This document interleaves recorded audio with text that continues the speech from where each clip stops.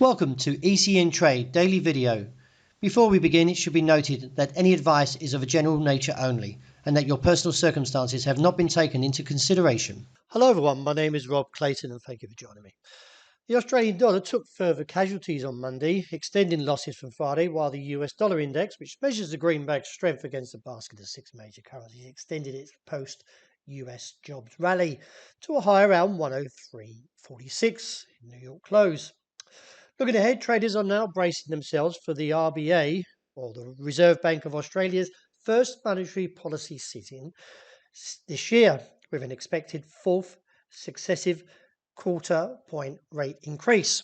That would mean 25 basis points would see the mark from 3.10 to rise to 3.35%. And it is expected to see a follow-up with a fifth in March, that is of 25 basis points.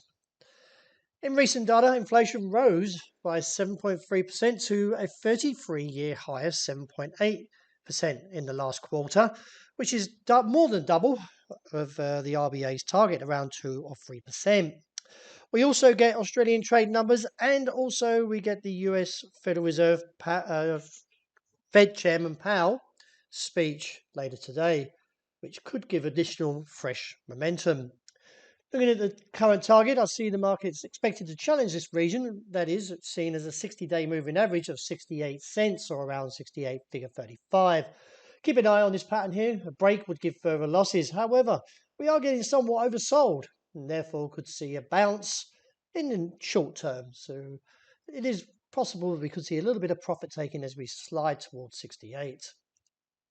The euro, well, the market took out the level overnight of 107.40.50. As the dollar index rallies further to, as I mentioned, 103.46.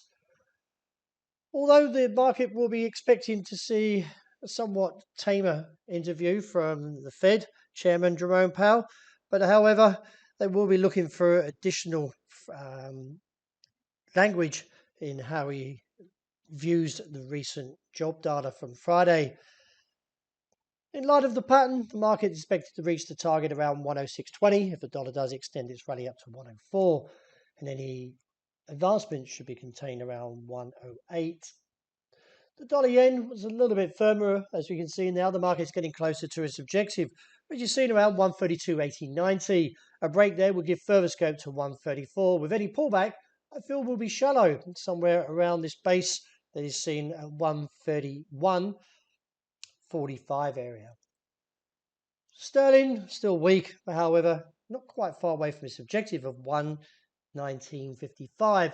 I feel the market's getting a little bit oversold, and all eyes now look to the UK GDP and also the UK monetary policy report hearing, which could generate a bit of whipsaw price action.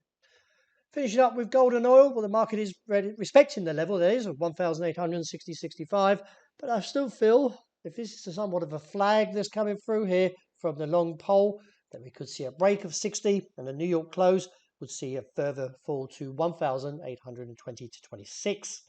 We did get a rebound of $73 a barrel overnight, but not enough to support a bullish case, and may find a little bit of difficulty breaking through the level around 75, 60, 70, and therefore could see another down challenge and look towards that key level of 73 cents and reassess. Well, that wraps it for today. Thank you very much for joining me. As always, look out for the intraday report and keep an eye on the RBA later today at 2:30.